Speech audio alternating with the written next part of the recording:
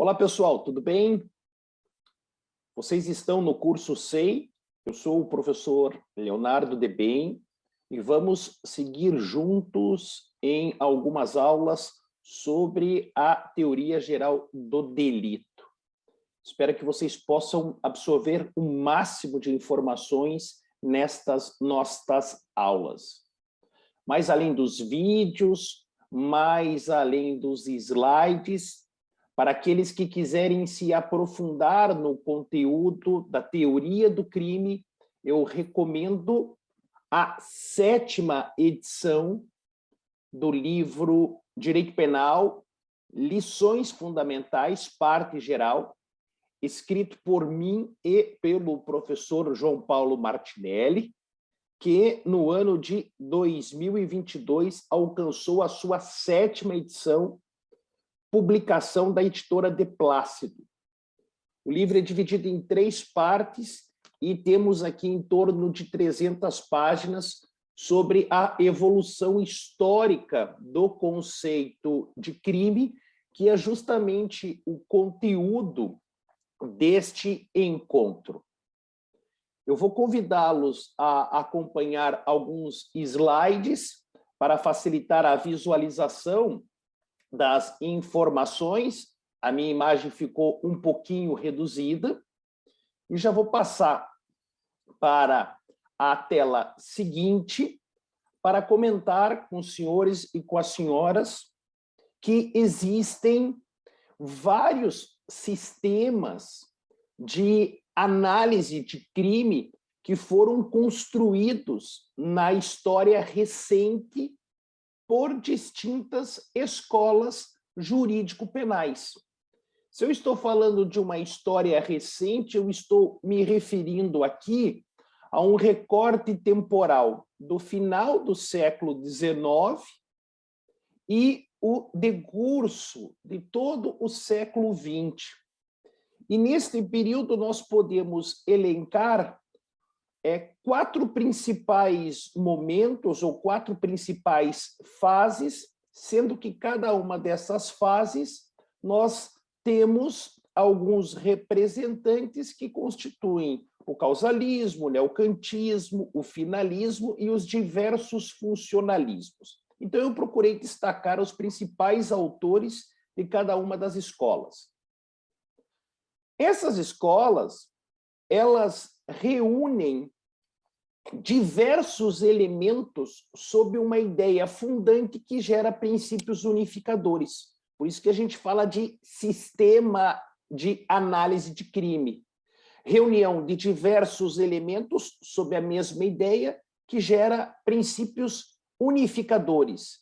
Assim é com causalismo, assim é com finalismo, por exemplo, assim é com os diversos funcionalismos. Agora vejam só. Não obstante as variações teóricas, porque cada uma dessas escolas tem um fundamento filosófico e, portanto, cada uma propõe um sistema de análise de crime, em geral, nós sabemos que crime é um fato punível, ou, em uma descrição mais completa, crime é a conduta humana típica, ilícita e culpável, donde nós extraímos que os 3 atributos negativos da conduta humana são tipicidade, ilicitude e culpabilidade. Agora vejam, quando se fala em conceito analítico de crime, na verdade, não basta decorar esta definição de crime como conduta humana típica, antijurídica e culpável. Mas o importante é entender que este conceito ele tem uma função essencial. Ele serve para que se efetive uma análise uniforme de todo e qualquer caso penal em concreto. É por isso que se fala de conceito analítico, porque se realiza uma análise dos elementos constantes do crime.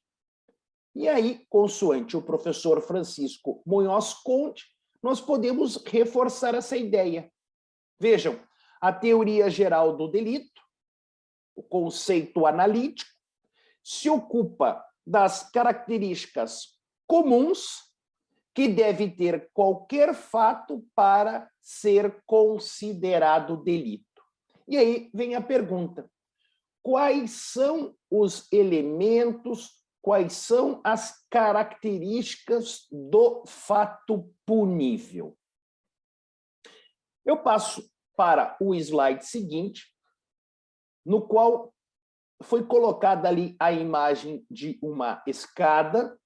A ideia é ilustrar a explicação que será passada. E eu quero que vocês memorizem que o conceito analítico, o conceito dogmático, também denominado pelo professor Ângelo Roberto Willian de conceito operacional, ele é estratificado. O que significa isso?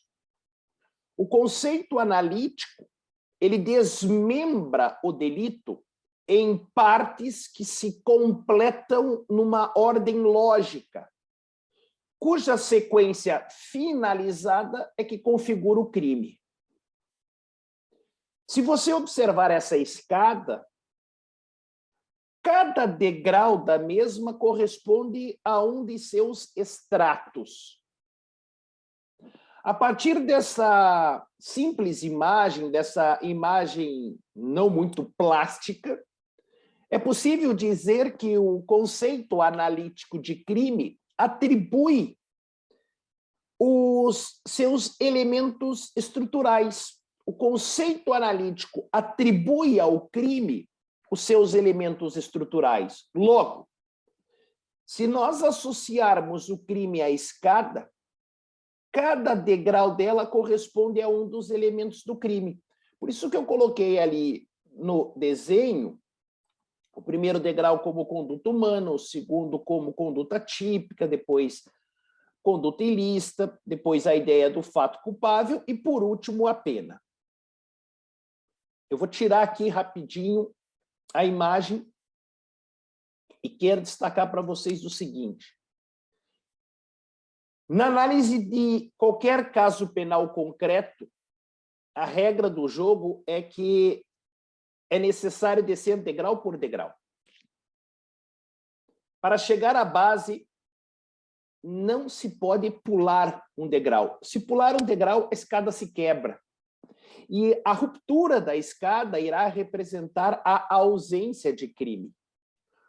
Um degrau de cada vez fará com que nós cheguemos à consequência da prática do crime, que é a imposição da pena. A figura delitiva, a figura do crime, somente vai se aperfeiçoar se todos os elementos estiverem presentes, ou seja, se nós descermos degrau por degrau, se nós vencermos todos os degraus. O que isso significa? Há uma representatividade que o crime possui aspectos positivos, como a conduta, a tipicidade, a ilicitude e a culpabilidade, mas também que pode ter aspectos negativos. A ausência de conduta, em alguns contextos, como coação física irresistível, como os movimentos em atos reflexos, como as situações de estados de inconsciência. É possível existir causas de exclusão da atipicidade, como, por exemplo, a incidência do princípio da insignificância ou a incidência do princípio da adequação social. É possível que existam causas justificantes do crime, que nós também conhecemos como discriminantes, elencadas no artigo 23 do Código: legítima defesa, estado de necessidade, estrito cumprimento do dever legal e exercício regular de direito. E existem há a possibilidade de existir também as chamadas exculpantes de culpabilidade ou dirimentes. Coação moral irresistível, obediência hierárquica, entre outras circunstâncias. Vejam, nós estamos aqui em uma aula inaugural, falando sobre a evolução histórica do conceito de crime, e o que eu quero destacar é que nas aulas individuais na sequência, cada um desses elementos, cada um desses extratos desse conceito analítico será estudado de uma forma específica. Eu queria, então, convidá-los, neste momento, para que a gente possa analisar, delinear os principais modelos de crime, a começar pela concepção do sistema clássico, do sistema de List e Belling. Então, por gentileza, eu vou fazer mais uma vez o convite de nós seguirmos. Relembre sempre da escada, e aí nós podemos passar para o slide seguinte. Então, vejam, quando nós falamos deste conceito de crime na concepção clássica, a gente também precisa delimitar que o início da elaboração daquilo que é conhecido como conceito analítico de crime ocorreu com um professor austríaco chamado Franz von Liszt, no período causal naturalista ou simplesmente causalismo. Que época da história isso se deu? A partir de 1880, ou seja, no último quarto do século XIX. Qual era o contexto deste período? As ciências naturais tinham alcançado o ápice de seu prestígio a partir da adoção do chamado método empírico da observação e da descrição. Então, a biologia estava em alta, a matemática estava em alta, as leis da física estavam com um prestígio exacerbado. A lei da física de Newton, da ação e da reação, da causa, do efeito, a todo antecedente se liga um consequente, era aquilo que significava efetivamente ciência. Então, as chamadas ciências do ser é que ditavam efetivamente o que poderia ser dito científico. Qual é a consequência deste contexto? Reputando-se, podemos dizer assim, um primo pobre do modelo científico, importou-se o método naturalista para dentro do direito penal. Mesmo o direito penal sendo uma ciência cultural, todo o sistema de análise de crime no período clássico foi dado por uma ideia fundante decorrente das ciências naturais. E isso já é bastante marcante no conceito de conduta, como vocês podem perceber aí do slide. De acordo com Franz von Liszt, conduta humana seria o movimento corporal voluntário que causa uma modificação no mundo exterior. A causa é o movimento corporal voluntário. O efeito é a modificação do mundo exterior.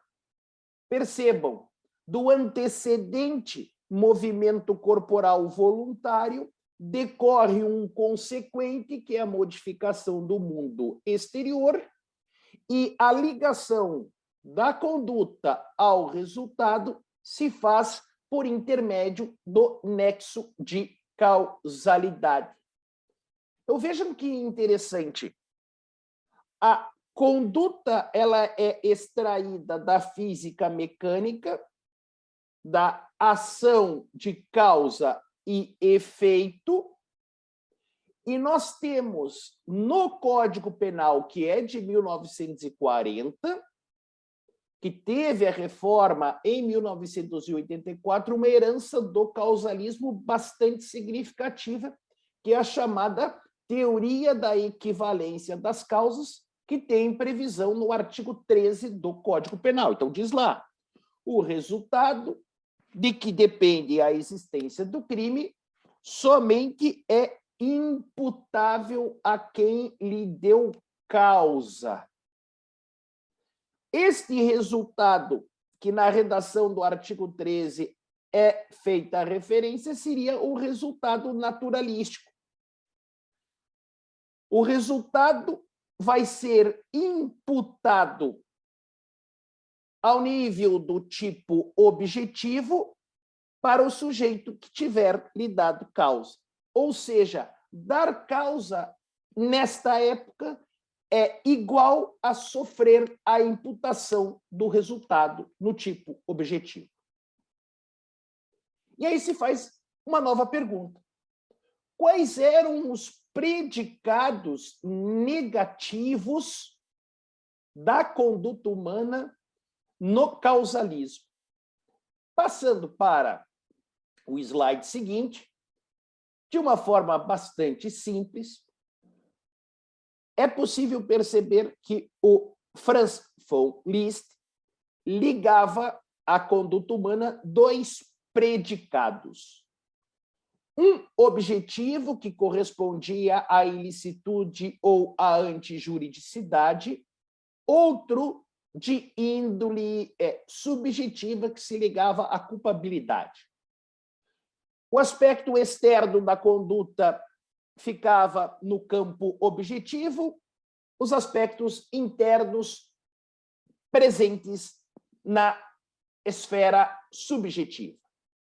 A ilicitude para Liszt constituía a contrariedade entre a conduta realizada e as exigências da ordem jurídica. E para Liszt, essa conduta realizada precisava ser idônea para a produção de ofensa a um bem jurídico protegido. Excepcionalmente, se considerava lícita uma lesão ao bem juridicamente tutelado quando incidia alguma causa de justificação. Assim, era compreendida a ilicitude. A culpabilidade tinha como pressuposto a imputabilidade do agente, e aqui algo importante, o dolo e a culpa, que eram os conteúdos do ato de vontade do agente, eram elementos da culpabilidade. Por isso que a culpabilidade adotava-se para explicar a culpabilidade a chamada teoria psicológica. O que isso significa? Na culpabilidade, no período clássico, é que se analisava o vínculo de natureza psicológica entre a conduta e o resultado. Agora veja.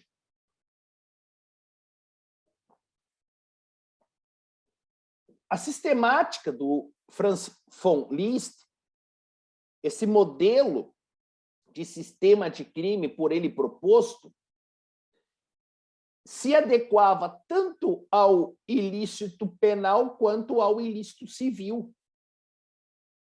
E a distinção entre ambos se concretizava apenas pela pena, apenas no extrato da punibilidade. Ou seja, repressiva no direito penal, reparatória no direito civil. O que se percebe? Para que não houvesse uma dependência do extrato da punibilidade, seria necessário definir um filtro para selecionar as condutas que interessariam apenas ao direito penal, independentemente da antijuridicidade e da culpabilidade. E aqui vem a contribuição do professor alemão Ernest von Belling. Ou seja, em 1906, Belling não cria literalmente o tipo, mas passa a incorporá-lo de maneira autônoma no conceito clássico de delito. O tipo, de forma bastante sintética, seria integrado por aspectos puramente objetivos.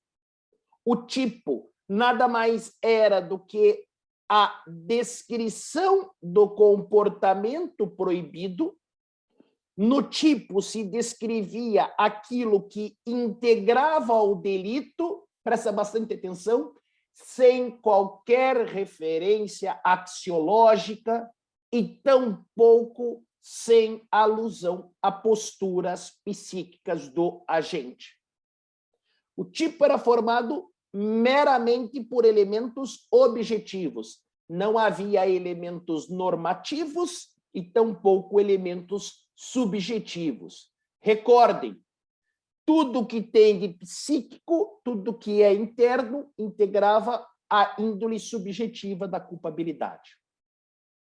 Com Belling, a tipicidade era exatamente a adequação, um juízo de adequação entre a conduta concreta praticada pelo agente e a previsão normativa em abstrato, sendo que nesta fase inicial exibia-se com um caráter descritivo e livre de valor. Tudo bem? Vou cortar para mim aqui mais uma vez e vou tentar ilustrar rapidamente esta síntese do sistema clássico de delito. Se a conduta do agente resultasse na morte da vítima, se do movimento corporal voluntário decorresse esta modificação no mundo exterior, perceptível pelos sentidos, que era o óbito da vítima, isso já seria suficiente para que o fato se enquadrasse no tipo de homicídio, um tipo puramente objetivo. No extrato do tipo, ainda não interessava saber se o agente praticou a conduta de forma dolosa ou de forma culposa, porque o conteúdo de vontade do agente se analisava apenas na culpabilidade. Então, qual é a síntese que nós podemos fazer a partir das contribuições de List e Belling? O crime tem uma dimensão objetiva e uma dimensão subjetiva. Na dimensão objetiva, nós inserimos o tipo e a ilicitude, ao passo que, na dimensão subjetiva, ingressa a culpabilidade explicada a partir da teoria psicológica. Tudo bem? Bacana? Vamos seguir, então, nessa evolução histórica. O que sucede o pensamento causalista? É a fase neokantiana, é a escola neokantiana. E o neokantismo, ele reestabelece, a partir da filosofia de Kant, por isso, neokantismo, a ideia de que o universo do conhecimento não era apenas o universo das ciências da natureza, que, ao lado das ciências do ser, também existiam as ciências do dever ser. E com o neokantismo existe um resgate, portanto, do valor das ciências culturais, das ciências do espírito, das chamadas ciências valorativas do dever ser, que adotam uma metodologia totalmente diferente do empirismo das ciências naturais. E é algo muito importante a partir de uma máxima neocantiana que vocês não devem olvidar.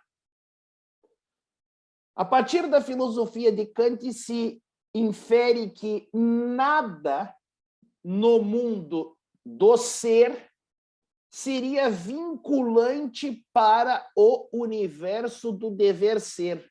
Nada no mundo da natureza seria vinculante com o mundo cultural. E a partir dessa máxima surge, portanto, a necessidade de uma reformulação do conceito de crime por meio de uma metodologia própria das ciências culturais, que é o método dualista da compreensão e da valoração. Então, eu vou colocar em destaque mais uma vez a tela, porque nós precisamos entender como é a concepção neocantiana de crime a partir de todo esse contexto de resgate das ciências valorativas. Como é que fica o extrato da conduta humana, da tipicidade, da ilicitude e da culpabilidade? Tudo bem? Então, vou colocar aqui na tela. Vamos falar sobre a conduta humana. Recordem, no sistema clássico, o conceito de conduta derivava da realidade, daquilo que era possível observar e descrever. Mas com o neocantismo, nada no mundo do ser é vinculante ao mundo do dever ser. Qual é a consequência da incorporação deste pensamento? No valoratismo ou no relativismo valorativo do período neocantiano, nós temos, por exemplo, uma primeira ideia de Gustav Radbruch, dizendo, olha, deve ser eliminado do conceito de crime o extrato da conduta. Não se pode mais considerar a conduta extraída da realidade como algo relevante, então vamos excluir e partirmos do tipo penal como o primeiro elemento do conceito analítico. Mesger, Edmundo Mesger, que é o personagem que aparece aí na fotografia, talvez o nome mais importante do neocantismo, diz assim, olha, eu vou manter a conduta no conceito analítico, simplesmente com uma função decorativa, ou seja, para Mesger, a conduta era aquilo comum a todos os fatos puníveis, mas absolutamente sem conteúdo. E essa neutralidade, ela existia porque com o neocantismo deixou de ser importante saber o que é a conduta, porque isso seria uma tarefa das ciências naturais. Segundo passo, com o neocantismo, não pode mais valer uma lei da física para atribuir o resultado em direito. Nada no mundo do ser é vinculante ao mundo do dever ser. Então, na fase neocantiana, foram criadas, foram retomadas diversas teorias para explicar quem dá causa ao resultado. teorias mais adequadas ao direito, teorias mais adequadas às pretensões do direito. E dentre essas teorias, existe uma denominada teoria da causalidade adequada, ou teoria da adequação, que muitos destacam como a teoria presente no artigo 13, parágrafo 1º do Código Penal, que trata das causas supervenientes relativamente independentes. Tudo bem? Exemplo. Se eu disparo uma arma de fogo contra determinada pessoa e essa pessoa é conduzida ao hospital, e no hospital ela vem a óbito em razão de um incêndio que ocorreu na respectiva ala. Se nós adotarmos a teoria da equivalência das condições, por meio do processo mental hipotético de eliminação, nós teríamos no sistema clássico que o resultado decorreu da conduta praticada, ou que a conduta é causa do resultado. Agora, veja, esta é a conclusão a partir do momento em que se aplica uma teoria natural. Se nada no mundo do ser é vinculante ao mundo do dever ser, nós precisamos recorrer à teoria da causalidade adequada, e a partir do momento que nós aplicamos essa teoria, não será adequado atribuir o resultado morte provocado por incêndio no hospital a quem disparou contra a vítima que foi levada ao hospital e lá estava internada antes do incêndio, porque nós vamos compreender o contexto e vamos valorá-lo. A teoria da causalidade adequada é uma teoria valorativa, porque nela está embutido um valor. Não é nada razoável, do ponto de vista estatístico, que uma pessoa morra queimada no hospital em razão de um disparo prévio de uma arma de fogo. Então, percebam que há uma carga axiológica nessa interpretação que é própria do método neokantiano de compreensão e de valoração. Outro ponto fundamental do neokantismo. A primeira teoria da imputação, na sua versão inicial de 1930, foi dada por Richard Honig na etapa neokantiana. Agora, diferente da teoria da adequação, que queria estabelecer um novo modo de dizer quem e o que deu causa ao resultado, a teoria da imputação objetiva, ela não é uma teoria para saber se o agente causou o resultado, mas se o resultado a ele pode ser atribuído. Imputar significa atribuir. E eu faço uma menção rápida a esta teoria, justamente porque, na década de 70 do século XX, Roxin parte do desenvolvimento de Honig para trazer a versão moderna da teoria da imputação objetiva, que nós vamos falar no finalzinho de nosso encontro. Tudo bem? E aí nós precisamos seguir, porque existem ainda os outros elementos relacionados à conduta que também ganharam uma reformulação com a concepção neokantiana.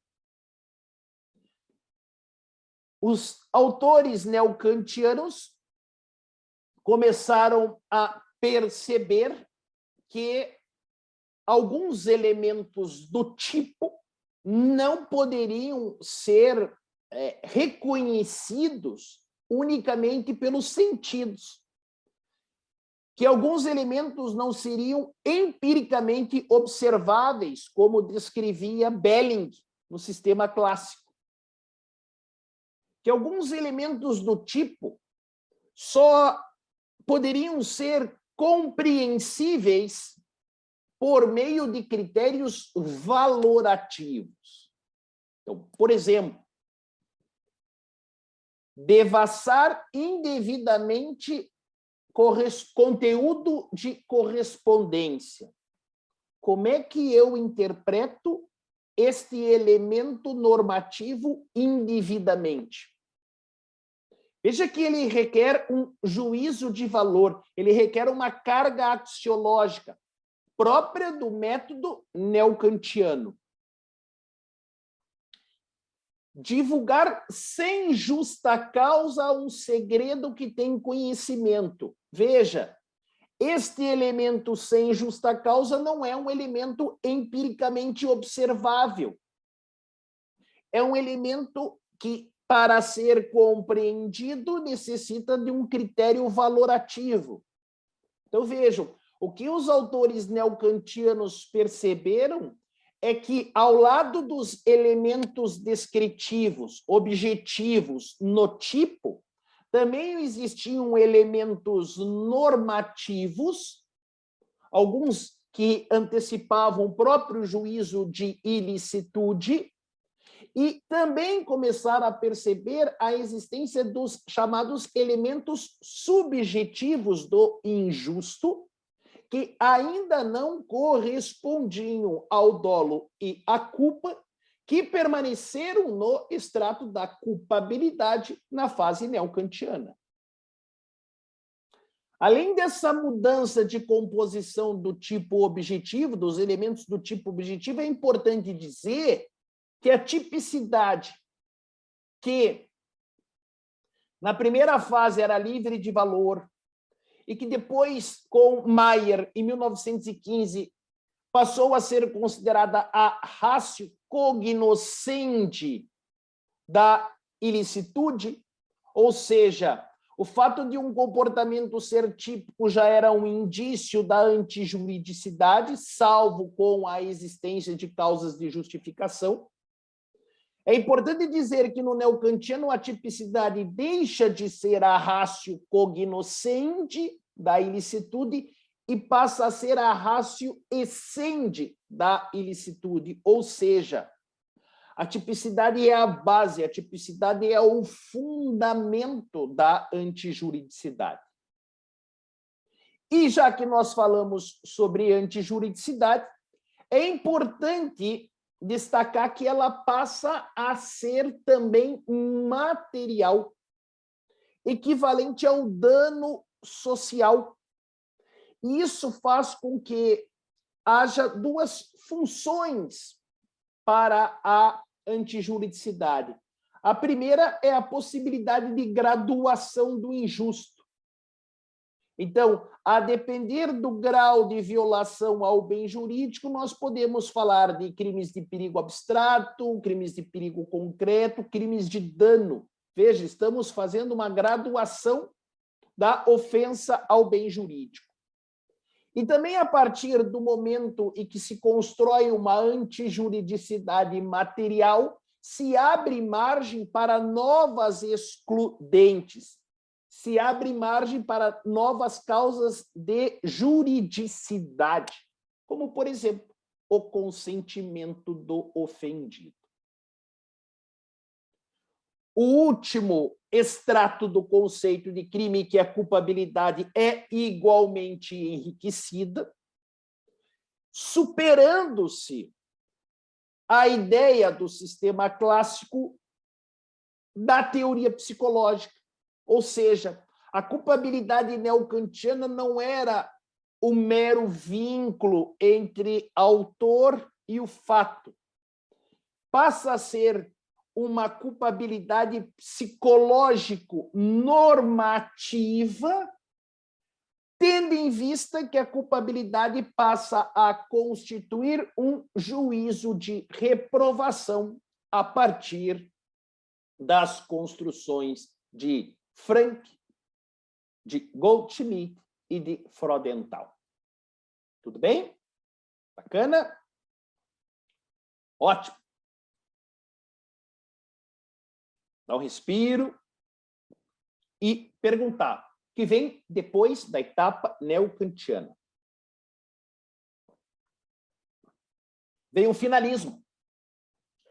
O finalismo de Hans Welzel, o principal idealizador de uma escola que tem o seu início, o seu desenvolvimento inicial a partir da década de 30 do século passado. Então, o primeiro escrito de Welzel, Causalidade e Ação, é datado de 1931, e depois escreve um livro mais robusto no final dessa década de 30, em 1939, e nós podemos dizer que o finalismo é a terceira etapa da evolução do conceito de crime. Então, vamos ver aquilo que tem de mais importante no finalismo. Vamos colocar novamente aqui o slide, vamos conhecer Welzel.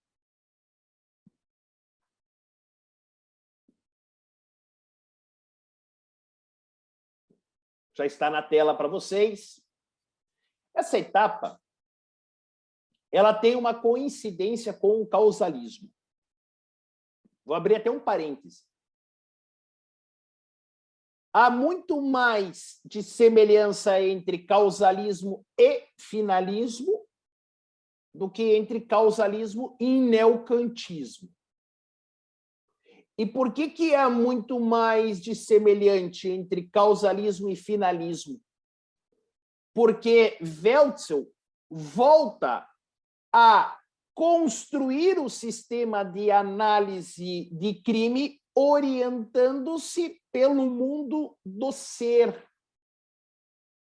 Welzel diz: o direito penal não pode ignorar o estado das coisas, a natureza das coisas. O direito penal não pode ignorar as estruturas do ser, que eram denominadas por ele estruturas lógico-objetivas. Então, Welzel orienta-se pela construção do sistema de análise de crime a partir de uma ideia fundante de uma conduta concebida ontologicamente. Uma conduta definida como um fazer guiado por um fim. Ele busca um conceito de conduta prévia ao direito penal que não poderia ser ignorada pelo direito. O máximo que o legislador poderia fazer é desvalorar a conduta com os extratos da tipicidade, da ilicitude, da culpabilidade, mas sem desconsiderar a conduta como ela é na realidade. Nós vamos ter, na sequência, como eu já chamei a atenção de vocês, uma aula específica sobre a teoria da conduta humana. E aí, nesse encontro específico, nós vamos estruturar a conduta para Welzel, e vocês vão verificar que a conduta tem uma etapa interna e uma etapa externa. Nós vamos falar da chamada teoria cibernética da ação, antecipação biocibernética do resultado. Tudo atrelado a essa definição de conduta como um fazer guiado por um fim. Então, a conduta seria o exercício de uma atividade final para Welzel e não meramente causal, como era no sistema clássico. Mas vamos lá, tem mais coisas importantes aqui para nós trabalharmos. Veja só que interessante. Se todo o modelo sistemático é construído com apoio nas ciências da natureza, o Wälzer, ele usa o critério de imputação tradicional do causalismo, que é extraído do mundo do ser, que é a chamada teoria da equivalência. Então, eu vou chamar a atenção aqui do senhor e da senhora. Causalismo e finalismo também são iguais nesse ponto. Só que no causalismo não havia divisão entre tipo objetivo e tipo subjetivo. No causalismo, lembra, o tipo é unicamente objetivo, valorativamente neutro, conforme o desenvolvimento de Belling. No causalismo, a análise dos elementos subjetivos dolo e culpa era feita na culpabilidade. No finalismo de Wälzer, como a conduta é descrita no tipo e, portanto, um fazer final é descrito no tipo, nós temos o tipo objetivo descrevendo este fazer e o tipo subjetivo descrevendo a finalidade que guia o fazer. Assim, o fazer final está todo incluído no tipo. E é por isso que nós vamos visualizar em alguns escritos, em livros, que para Wälzer o tipo penal é um tipo complexo, porque resulta do somatório do tipo objetivo e do tipo subjetivo. E aí a gente prossegue, porque precisamos ainda analisar como Wälzer delineava a antijuridicidade e também a culpabilidade. De forma resumida, o autor alemão agrega elementos subjetivos à antijuridicidade, ou seja, ele não encara a ilicitude apenas de forma objetiva. Ele cria, portanto, a ideia do injusto pessoal. Então, o que isso significa? Por exemplo, quem mata outra pessoa deve saber que atinge o bem jurídico vida e que a sua conduta, portanto, é contrária ao direito. Então, aspectos subjetivos agregados ao elemento da antijuridicidade. E agora aqui é muito importante. Se os elementos subjetivos migraram para o extrato da tipicidade, se dolo e culpa passaram a compor o tipo subjetivo, percebam que a culpabilidade no finalismo ela resulta totalmente normativa, com a reprovabilidade do agente consistindo em sua essência formadora. Essa reprovabilidade pessoal derivava do seguinte postulado. Preste atenção. A pergunta é: poderia o agente ter atuado de forma diversa ao que impõe a norma de comando? Tratava-se, pessoal, da chamada teoria do livre-arbítrio. Se a resposta à pergunta for positiva e estiverem presentes os demais elementos da culpabilidade, que são imputabilidade e potencial consciência da ilicitude, haveria a possibilidade de se impor uma pena ao agente. Tudo bem? Então, vejam que existem algumas particularidades na construção do sistema de análise de crime no finalismo. Eu até faço uma observação final aqui no slide,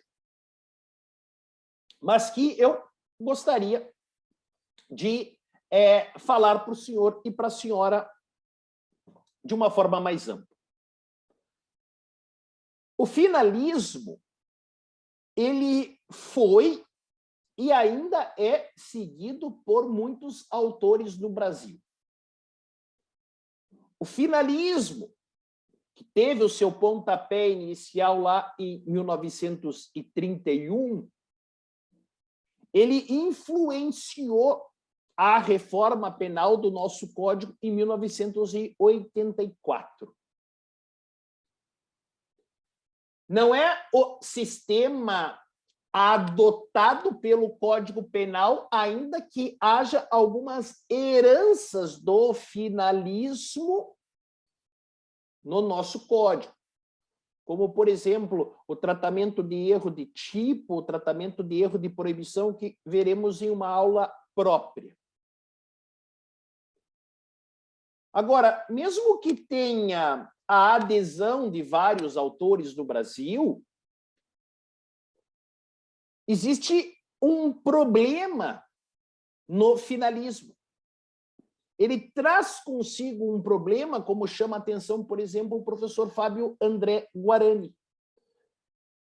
Pois, como fundar a construção do sistema de análise de crime em direito penal, que é uma ciência cultural, que é uma ciência do dever ser, a partir de uma ideia da ciência natural ou da ciência do ser.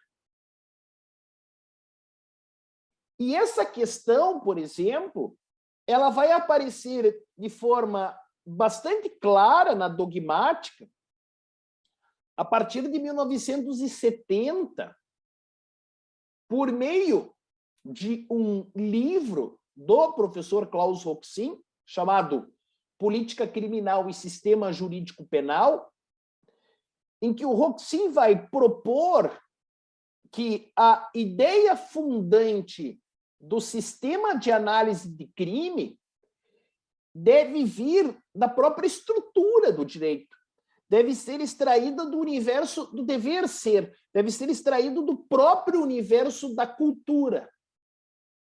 E esta ideia seria a própria função do direito penal. E a partir desta introdução é que a gente deve responder a seguinte pergunta: o que é o funcionalismo? Então, vou voltar a destacar a tela.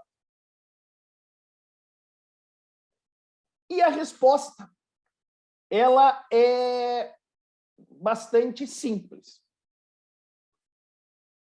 O funcionalismo nada mais é do que a construção de toda dogmática, de todo conceito de crime em torno da função do direito penal.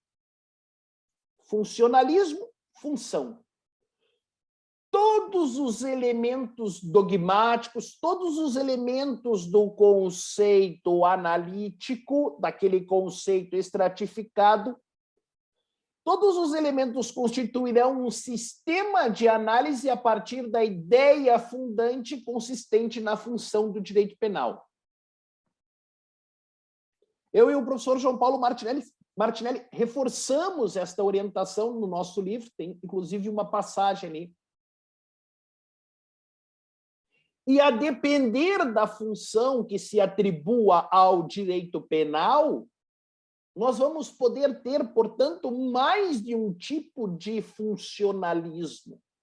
Por isso que no slide eu coloco funcionalismos fazendo uma interrogação, e a resposta é positiva. Sim, é possível ter mais de um funcionalismo. E aí nós temos aqui os dois professores principais com as suas respectivas teorias, o professor Roxin, com um modelo teleológico moderado, e o professor Jacobs, com o seu modelo sistêmico radical. Em resumo, fala-se em funcionalização dos elementos do crime, porque desses elementos, individualmente, se exige a capacidade de cada qual desempenhar um papel dentro do sistema. Ou seja, que todos os elementos estejam a serviço da função do direito penal. E aí a gente vai recordar.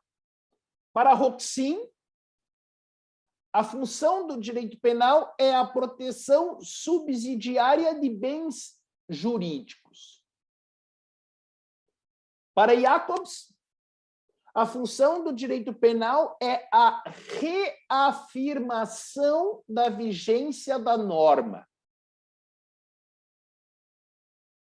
E veja, eu não quero nem ser repetitivo, porque muitos pontos serão destacados na sequência de aulas, até porque nós estamos fazendo um apanhado geral aqui da evolução histórica da teoria do delito. Eu quero destacar um ponto importante ligado à função do direito penal. Eu quero destacar este ponto relacionando a ideia da teoria da imputação objetiva, que tem uma construção com Roxin e tem outra construção com Jacobs. Mas preste atenção, veja que a função do direito penal é que vai orientar o que se pode atribuir a alguém na teoria da imputação objetiva e também vai dizer como se atribui. Então, eu vou passar para o slide seguinte, porque na visão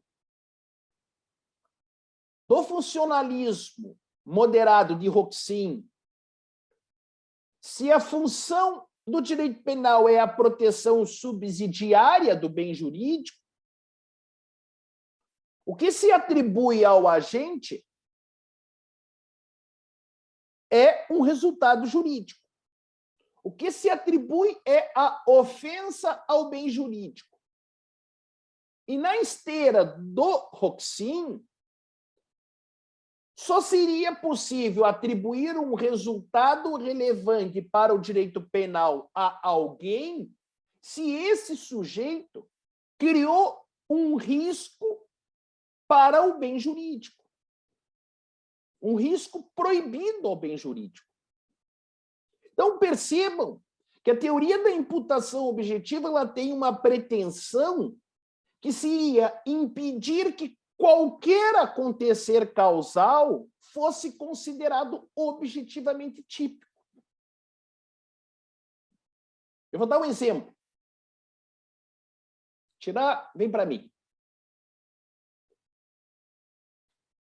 Objetivamente, segundo a teoria da causalidade, que é a teoria adotada no Código Penal do caput do artigo 13, objetivamente poderia ser imputado à minha mãe uma conduta de matar alguém se hoje eu, Leonardo, 42 anos depois do meu nascimento, matasse alguém. Por quê?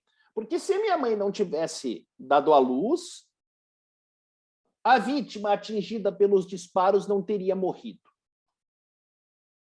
E o mesmo valeria para a minha avó, para a minha bisavó, até para os meus antepassados desconhecidos, como se refere o professor Carlos Roberto Bacina.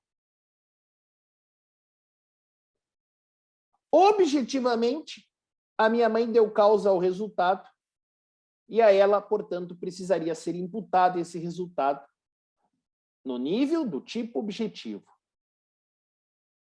No finalismo, nós excluímos a responsabilidade penal da minha mãe, da minha genitora, porque não haveria como demonstrar o nexo psicológico entre ela e o resultado, ou seja, ela não teria atuado nem com dolo nem com culpa. Embora apresente o tipo objetivo, o tipo subjetivo estaria ausente. Pela teoria da imputação objetiva de Roxin, não é necessário nós recorrermos ao extrato do tipo subjetivo. Por quê? Porque a minha mãe não criou nem mesmo algum risco com a conduta de gestação. Não há nem mesmo um desvalor de ação por parte dela. Então, veja, já falta o primeiro momento do desvalor do injusto. Quais são os critérios de imputação objetiva delineados por Roxin? Vou colocar aqui de novo para que vocês verifiquem. São 3 etapas. Primeiro, se deve analisar se houve a criação de um risco proibido ao bem jurídico, que corresponde ao chamado desvalor de ação. Depois, verificar se houve a realização do risco proibido criado no resultado, que é o chamado desvalor do resultado. Desvalor da ação, desvalor do resultado. E, por último, isso vai diferenciar a construção do Roxin para a construção do Jacobs, existe ainda um terceiro momento no funcionalismo teleológico, que é a verificação se o resultado está abarcado no âmbito de alcance do respectivo tipo penal. E aí, nas aulas específicas, esses temas vão ser bastante delineados. Já me aproximando aqui do final, podemos passar para as considerações e como é, de forma resumida, a ideia do funcionalismo sistêmico, do funcionalismo radical de Jacobs e a sua ideia de imputação objetiva.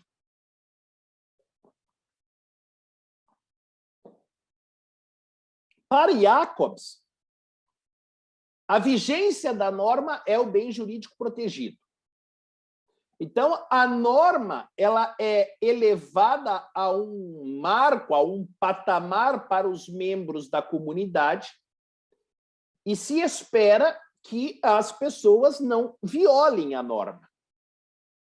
O que se deseja é que elas cumpram um papel segundo as expectativas da sociedade, porque, do contrário, para a reafirmação da norma, quem a violar será punido. O sujeito somente vai criar um risco proibido, portanto, se ele ultrapassar os limites de seu modelo social de atuação, se ele defraudar o seu papel, ou seja, se ele não atuar conforme as normas.